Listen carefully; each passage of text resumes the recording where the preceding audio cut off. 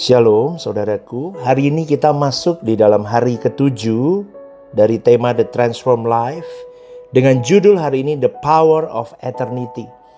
Kolose 3 ayat 1-4 firman Tuhan berkata, karena itu kalau kamu dibangkitkan bersama dengan Kristus, carilah perkara yang di atas di mana Kristus ada, duduk di sebelah kanan Allah.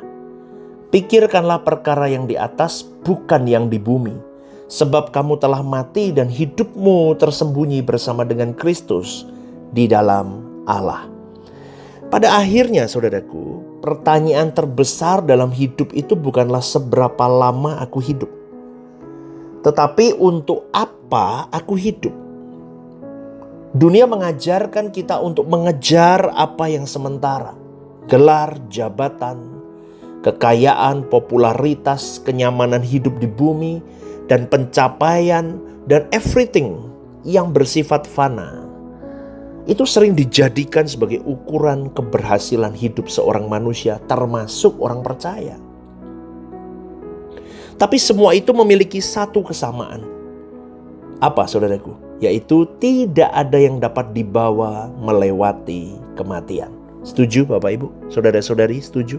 Tidak ada yang bisa kita bawa melewati kematian, gak bisa. Paulus mengingatkan jemaat di Kolose bahwa orang percaya telah dibangkitkan bersama dengan Kristus. Itu berarti identitas, tujuan hidup, identitas diri, tujuan hidup, dan cara hidup kita tidak lagi ditentukan oleh dunia ini. Seharusnya begitu. Maka Paulus mengingatkan jemaat Kolose juga sama. Jangan lupa, identitasmu beda. Kamu anak Allah. Kamu anak tebusan Allah. Tujuan hidupmu kekekalan. Cara hidupmu harus cara hidup anak Allah. Bukan lagi dengan cara hidup yang ditentukan oleh dunia ini. Memang kita masih hidup di bumi, tetapi ingat kewargaan kita surga. Kewargaan kita langit baru bumi baru. Kewargaan kita kerajaan Allah, saudaraku. Amin ya. Semua pendengar Renungan The Message sama, kewargaan kita sama. Warga kerajaan Allah. Loh, tapi pastor kita masih kerja. Loh iya, kita masih bekerja. Kita masih membangun keluarga. Kita masih melayani. Kita masih berkarya. Tapi semuanya itu kita lakukan dalam perspektif kekekalan yang benar. Perspektif kekekalan yang benar. Inilah inti dari kehidupan yang saya sebut dengan ditransformasi. Karena transformasi itu bukan hanya mengubah perilakumu dan perilakuku, tetapi mengubah orientasi hidup kita. Mengubah arah kasih kita, mengubah arah fokus kita. Dari yang dulu hidup untuk diri sendiri, jadi hidup untuk Kristus. Kasihnya bukan mengasihi diri, tetapi mengasihi Kristus. Katakan amin saudaraku. Dari yang dulunya mengejar yang fana, sekarang berubah. Dia menginvestasikan apa yang kekal. Itu Kristen seharusnya gitu. Kalau gak gitu bukan Kristen namanya. Ketika Paulus berkata, pikirkanlah perkara yang di atas. Paulus tidak sedang mengajak orang percaya melarikan diri dari tanggung jawab hidup di dunia. Enggak loh. Paulus tidak berkata bahwa pekerjaan, keluarga, pelayanan di bumi gak penting. Enggak loh. Paulus tidak mengatakan itu. Dan saya juga tidak mengajarkan itu. Tetapi saya mengajarkan begini. Bahwa segala sesuatu di bumi harus dijalani dengan tanggung jawab, dengan kekudusan, dengan sudut pandang surga. Katakan amin saudaraku. Jadi kalau kau kerja, kerjalah terbaik, tapi dengan sudut pandang kekekalan. Ini kulakukan untuk menyenangkan hati Allah dan mempersiapkan aku hidup suatu hari nanti. Tanggung jawab di langit baru bumi baru. Aku menikah juga sama. Aku studi juga sama. Aku pelayanan juga sama. Amin saudaraku. Karena orang yang hidup dengan perspektif kekekalan, dia akan lakukan segala sesuatunya dengan integritas ilahi. Bukan untuk posisi, bukan untuk yang lain tentang dirinya, tetapi untuk integritas ilahi, untuk memuliakan Allah. Katakan amin. Dia sayang sama keluarganya karena dia menganggap itu sebagai penata layanan. Dia itu sebagai penata layanan dari Allah. Aku representasi dari warga kerajaan Allah dalam hidup keluargaku. Kalau dia melayani di gereja lokalnya, bukan untuk kepentingan dirinya, tapi dia mau membangun kerajaan Allah itu yang terbaik selama dia mampu. Dia memberi kepada orang-orang yang membutuhkan bukan bukan karena kehilangan, tetapi karena tahu bahwa harta sesungguhnya itu bukan uang yang kupegang, bukan harta yang kumiliki ini, tetapi yang disimpan di surga. Semua ini titipan, maka aku harus mengelolanya dengan benar. Yang penting apa? Dari semua yang kumiliki ini, hati Bapakku disenangkan. Amin, saudaraku. Yesus pernah berkata begini dalam Matius 6 ayat 19-20. Janganlah kamu mengumpulkan harta di bumi, tetapi kumpulkanlah bagimu harta di surga. Harta di surga bukan tentang emas perak. Harta di surga adalah kehidupan yang disentuh oleh kasih Kristus. Katakan amin.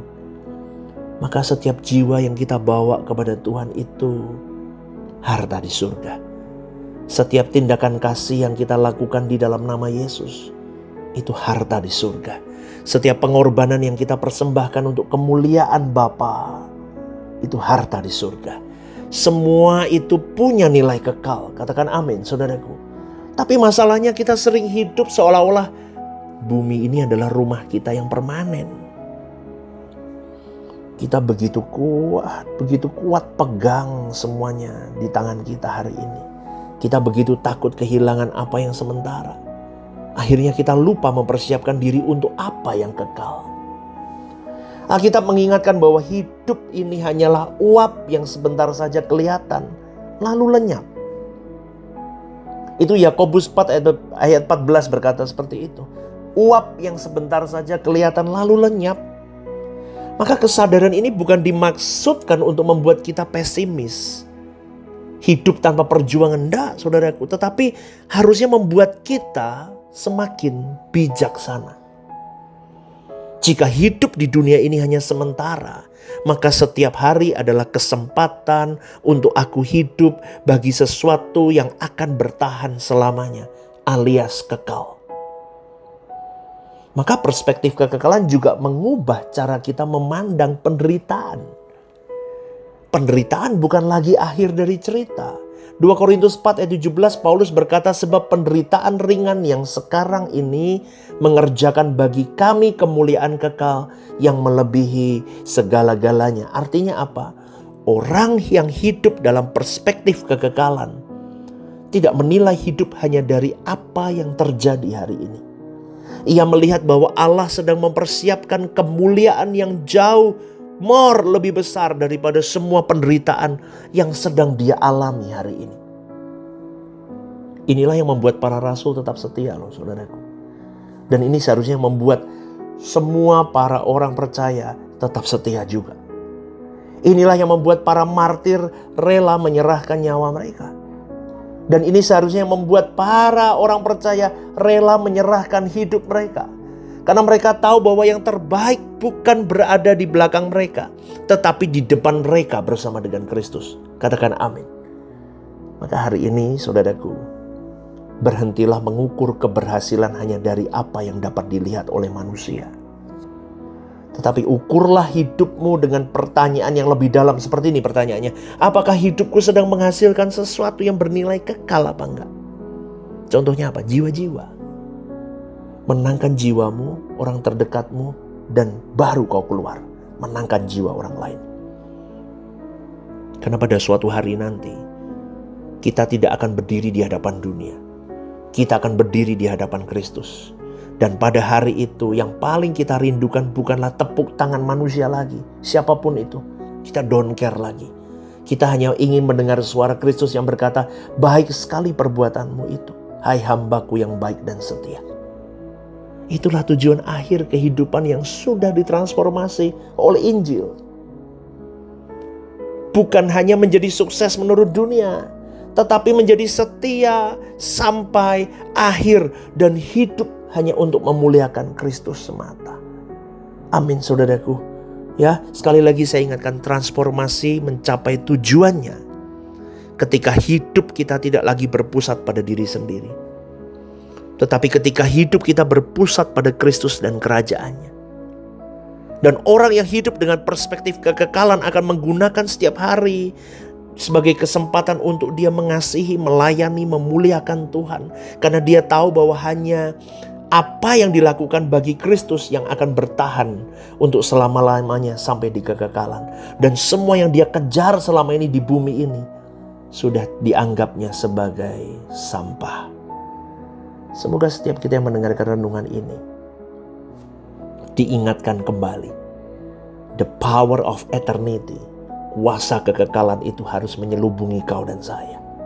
Karena hidup yang diubahkan adalah hidup yang tidak lagi berpusat pada kesenangan dunia ini, tetapi berorientasi kepada eternity life, kekekalan hidup kita. Amin saudaraku ya, semoga jadi berkat. Dan Rehoboth Semarang, One Vision, One Heart for Harvesting.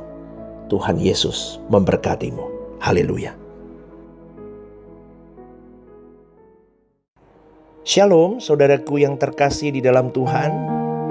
Ada program baru yang bernama Are You Okay? Ini adalah program yang memang diadakan bagi saudara-saudari yang rindu atau ingin didoakan. Mungkin saudara-saudari sedang mengalami pergumulan-pergumulan hidup yang sulit, yang berat, menghadapi masalah-masalah yang tidak mudah. Saudara-saudari bisa klik di formulir online yang tertera atau scan barcode di situ. Anda bisa tuliskan di sana apa yang menjadi pergumulan masalah Anda yang ingin didoakan. Tujuannya satu, Anda tidak merasa sendiri. Saya sendiri akan mendoakan beserta tim yang akan menangani ini. Saya akan mendoakan di dalam mesbah-mesbah doa kami. Tujuannya satu, supaya saudara-saudari merasa ada yang support, tidak sendirian berjalan menghadapi beratnya kehidupan. Ini kerinduan saya, kita berbagi kasih secara nyata. Dan kiranya program baru ini bisa menjadi berkat untuk kita semua. Tuhan Yesus memberkati.